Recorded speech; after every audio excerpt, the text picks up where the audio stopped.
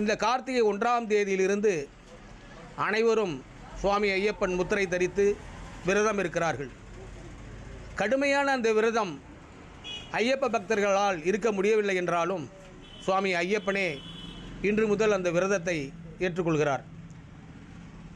பக்தனுக்காக ஒரு இறைவன் விரதம் இருப்பது சுவாமி ஐயப்பனிடம்தான். வருஷம் இங்கே தான் மாலை போடுவாங்க எங்கள் ஊருக்காரங்க. அதனால் நான் அவங்க கூட வந்து கன்னி முதல்ல கன்னி சாமியாக மாலை போட்டிருக்கேன் சமயபுரத்தில் ஏன்னா இங்கே வர வரைக்கும் எங்களுக்கு எந்த ஒரு பிரச்சனையும் இல்லை, நல்லா இருக்குது. சாமி எங்களுக்கு நல்லா வரம் கொடுத்துருக்காரு, நல்லாவே இருக்கும், நல்லபடியாகவே இருக்கும். 48 நாள் நாங்கள் ஜோதிக்கு போகிறோங்க. ஜோதிக்கு போயிட்டு ஜோதிக்காக தான் நாங்கள் வெயிட் பண்ணுறோம், வேறு ஒன்றும் இல்லை. ஐயப்பனை பார்க்கணும். சமயபுரத்து அம்மாக்கிட்ட மாலை போட்டு இன்னும் 48 நாளைக்கு விரதம் எடுத்து ஐயப்பனை பார்க்க போகிறோம். அம்மா தரிசனம் சூப்பராக இருந்துங்க, நல்லா மாதிரியே பார்த்தோம். பெனார் கோயிலில் நாங்கள் மாலையை போட்டுக்கிட்டோம் சமயபுரத்தில். ஐயப்பனை பார்க்க நாங்கள் நடந்து போகிறோம் பெருவேலு பாதையில். 48 നാளைക്ക് വിരതം എടുത്ത് ചോദ്യ பார்க்கறதுக்கு போகிறோங்க.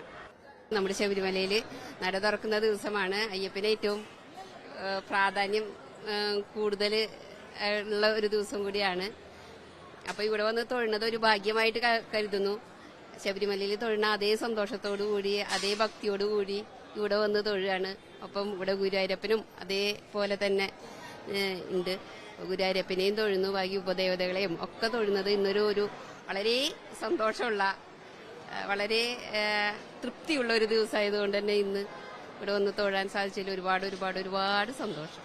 ரொம்ப வருஷத்து சின்ன வயசுலேருந்து போகணுங்கிறதுனால அப்போ போக முடியாமல் போயிடுச்சு. ஸோ இந்த டைம் ரொம்ப எனக்கு 40 வயசு, இன்னையோட 40 வயசு ஆகுது. ஸோ இந்த 40 வயசுல இப்போதான் ஃபர்ஸ்ட் டைம் போகணும் அப்படிங்கிறது இருந்திருக்கு. ஸோ இந்த முறை நான் முதல் டைம் போகிறேன், சந்தோஷமா இருக்கு. வருஷமா நான் முயற்சி பண்ணிட்டு இருந்தேன், அது சரியா நடக்கல. இந்த வருஷம் திடீர்னு பிளான் பண்ணி சரி போயிடலாம் அப்படின்னு எல்லாம் கை கூடி வந்ததுனால ஸோ இந்த வருஷம் நம்ம ஐயப்பன் கோயிலுக்கு மாலை போட்டு போயிடும் அப்படின்ட்டு முடிவு பண்ணிட்டு இங்கே வந்திருக்கோம்.